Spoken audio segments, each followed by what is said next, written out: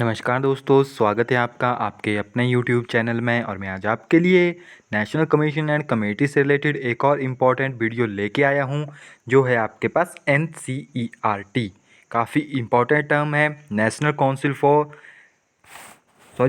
Council for education research and training. Okay, तो ये इसकी डेफिनेशन है आपके पास। NCERT की फुल फॉर्म है national council of education research and training.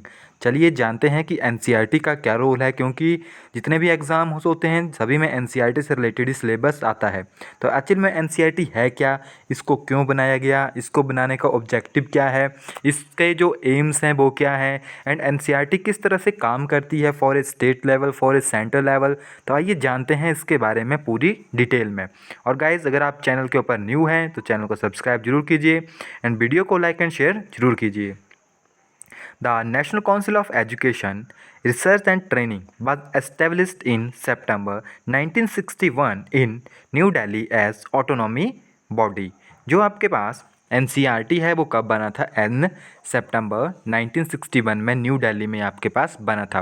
Qualitative improvement and excellence in school education and teacher education are some of its major objective.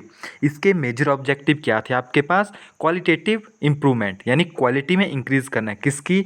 For excellence of school education, schools की education में and teacher की education में in the major. तो ये इसका सबसे बड़ा उद्देश्य था, school education and teacher education को इम्प्रूव करना, उनकी क्वालिटी को इंक्रीज करना NCERT का सबसे बड़ा उद्देश्य था। To achieve them NCERT undertake programme related to research, development, training, extension, and dissemination of education information through its constitutional department in the CIET, the Region College of Education at Ajmer, Bhopal, Bhubaneswar, and Mysore, and 17 field office located all over the country। अब इसमें जो है एक और term आपके पास आती है CIET। तो इसे आप कह सकते हैं सेंटर फॉर एजुकेशन टेक्निक या सेंटर फॉर एजुकेशनल टेक्नोलॉजी। ये इससे रिलेटेड है, इसके बारे में थोड़ी देर के बाद मैं आपको बताता हूँ क्योंकि ये जो है थोड़ा सा डीप है, तो इसको हम थोड़ा देर बाद आपके साथ स्टडी करेंगे। तो यहाँ पे बताया गया इसके आपके पास रीजनल कॉलेज हैं, तकरीबन 4 रीजनल कॉलेज हैं। वो आपके पास अजमेर हो गया, भोपाल में, भुवनेश्वर में एंड मैसूर में, एंड 17 इसके ऑफिस हैं।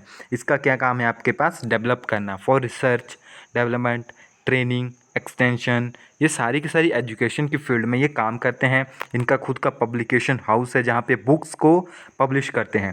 NCERT publish school text book for all the affiliated school in the country. जो NCERT है, national council for education research and technology, तो ये जो है आपके पास बुक्स भी पब्लिश करते हैं जितने भी ऑल ओवर इंडिया में जितने भी स्कूल्स हैं। It all develop institutional material for childhood education and training package for teacher educator and supervisor personally. तो ये आपके पास टीचर्स तक के लिए जो है एजुकेशन मटेरियल प्रोवाइड करवाते हैं।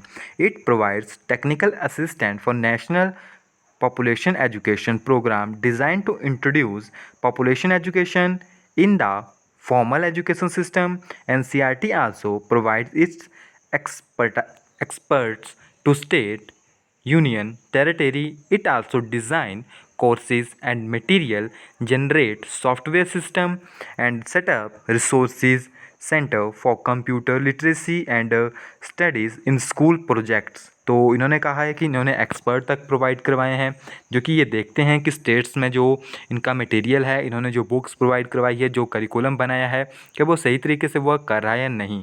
NCERT organise Jawaharlal Nehru national science exhibition every year in which a large number of school students from all over the country participate. जो NCERT है आपके पास, वो एक साइंस फेस्टिवल या एग्जीबिशन भी ऑर्गेनाइज कराता है, Jawaharlal Nehru national science exhibition every year. Okay, and पूरे देश के बच्चे जो हैं उसमें पार्टिसिपेट करते हैं। The council produce science kit for the use of school student. It prepare comprehensive guideline for curriculum evaluation and school industry linkage as well as for preserve and inserve education of teachers on vocationalization of education training course for the official involved in the integrated education programme for disabled child are also conducted. तो हर एक field में जो है NCERT काम करती है। अब थोड़ा सा इसके बारे में और है, उसको जान लेते हैं, फिर उसके बाद इसकी एकदम डेप्थ में चलेंगे। National council for education research and training. Okay, तो एनसीईआरटी है 6 कॉन्स्टिट्यूटेड यूनिट। कितने यूनिट्स हैं एनसीईआरटी के? 6 हैं। उसका हेडक्वार्टर कहाँ है? न्यू दिल्ली में। Union education minister act as its president and minister of state for education act as is vice president. अब इसका जो हेडक्वार्टर है वो न्यू दिल्ली में है एंड जो इसके प्रेसिडेंट है वो कौन है? यूनियन एजुकेशन मिनिस्टर जो होंगे वो इसके प्रेसिडेंट होंगे एंड जो इसके मिनिस्ट्री ऑफ स्टेट है वो इसके education as its vice president होंगे। ओके, अब इसके इंस्टीट्यूट की बात करते हैं तो NCERT has 2 main institute situated at New Delhi. The national institute of education, first is NIE जिनकी मैं बात कर रहा था पहले, एंड सेकंड आता है सेंटर ऑफ एजुकेशन टेक्नोलॉजी जिसे ऊपर CIET करके जो है आपके पास लिखा हुआ था। तो एनसीईआरटी 2 टर्म को कंबाइन करके बनता है। किनको? फर्स्ट इज़ NIE प्लस आपके पास सेकंड आ गया सेंट्रल इंस्टीट्यूट या सेंट्रल एजुकेशन टेक्नोलॉजी या सेंटर फॉर एजुकेशनल टेक्नोलॉजी आप इसे कह सकते हैं। इन दोनों को कंबाइन करके जो ये आपके पास बनता है। अब ये आपके पास कब आया था? जो आपके पास एनसीईआरटी है वो तो आपके पास 1961 में बन गया था। ओके, एनसीईआरटी तो 1961 में आपके पास आ गया था, बट जो आपके पास CIET है ये कब आया था? ये 1973 में आया था आपके पास।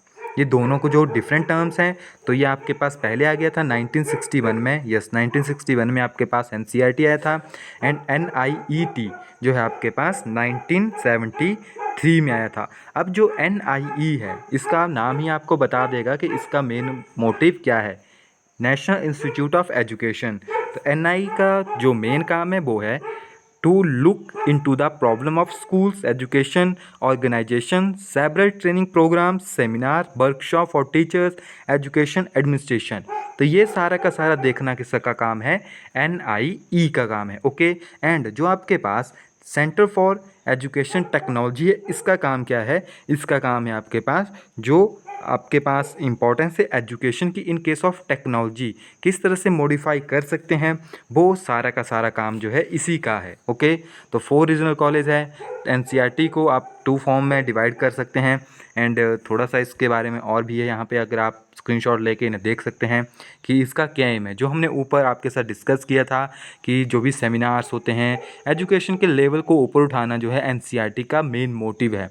तो गाइज़ आई थिंक जितना भी एनसीईआरटी क्या है, कब आया था, कितने इसके पार्ट हैं, इसके कितने रीजनल कॉलेज हैं एंड इसका मेन मोटिव क्या है, इसका ऑब्जेक्टिव क्या है, तो यही बात है इसमें जानने के लिए। बाकी इसमें जानने के लिए कुछ भी नहीं है। सो आई होप कि अब आप इसको इसके बारे में आपको पता लग गया होगा आई थिंक। एंड यहाँ पे थोड़ा सा प्रॉब्लम है, जो पॉपुलेशन या आप कह सकते हैं कि काफ़ी ज़्यादा डिस्टर्बेंस आती है बाहर से जब मैं वीडियोज़ रिकॉर्ड करता हूँ। तो I hope you don't mind, क्योंकि आस पड़ोस में भी लोग रहते हैं तो उनको नहीं बोल सकते कि हम वीडियो बना रहे हैं आप बात मत कीजिए। तो थोड़ा सा कॉम्प्रोमाइज़ हमें करना पड़ता है क्योंकि इससे ज़्यादा साइलेंट प्लेस हम नहीं ला सकते। बट चलिए कोई बात नहीं, जो भी हम आप तक बात पहुंचाना चाहेंगे वो क्लियरली आप तक पहुंचा देंगे। तो ये हमारे पास हो गया आपके पास NCERT से रिलेटेड वीडियो एंड ये टॉपिक यहाँ पे होता है फिनिश। इसके बाद आपके पास एक जिस तरह NCERT है आपके पास एक स्टेट काउंसिल भी है, उसके बारे में भी हम वीडियोस बनाएंगे। फिर आपके पास काफ़ी ज़्यादा इंटीग्रेटेड एजुकेशन फॉर डिसेबल, फिर आपके पास नेशनल बुक ट्रस्ट, फिर आपके पास साहित्य अकेडमी, फिर आपके पास एस्थेटिक सोसाइटी हो गया, खुदा बख्श ऑर्गेनाइजेटेड पब्लिक लाइब्रेरी हो गया, Indian institute for advance study in Shimla जो कि 1965 में बना था। फिर आपके पास SCERT that is called state council for education research and training. तो ये सारे के सारे, फिर NVS आता है आपके पास, नवोदय विद्यालय समिति। तो स्कूल्स जो भी स्पेशल हैं उनके बारे में हम सभी को डिटेल में स्टडी करेंगे। तो गाइज़ इस वीडियो में इतना ही है, आई होप आपको वीडियो अच्छी लगी होगी। तो गाइज़ इतना ही कहना चाहूँगा, अगर आप हमारे चैनल के ऊपर न्यू हैं तो चैनल को सब्सक्राइब जरूर कीजिए, क्योंकि आपका एक लाइक भी हमें मोटिवेट करता है न्यू वीडियोज़ को बनाने के लिए। तो गाइज़ प्लीज़ वीडियो को लाइक एंड शेयर जरूर कीजिए। अगर वीडियो में आपको कोई कमी लगती है तो आप हमें कमेंट करके बता सकते हैं कि आप आपकी वीडियो में ये कमी है, क्योंकि अगर आप बताएंगे तभी हम नेक्स्ट वीडियो को और ज़्यादा इम्प्रूव कर पाएंगे। सो मिलते हैं नेक्स्ट वीडियो में, तब तक के लिए thank you, have a nice day.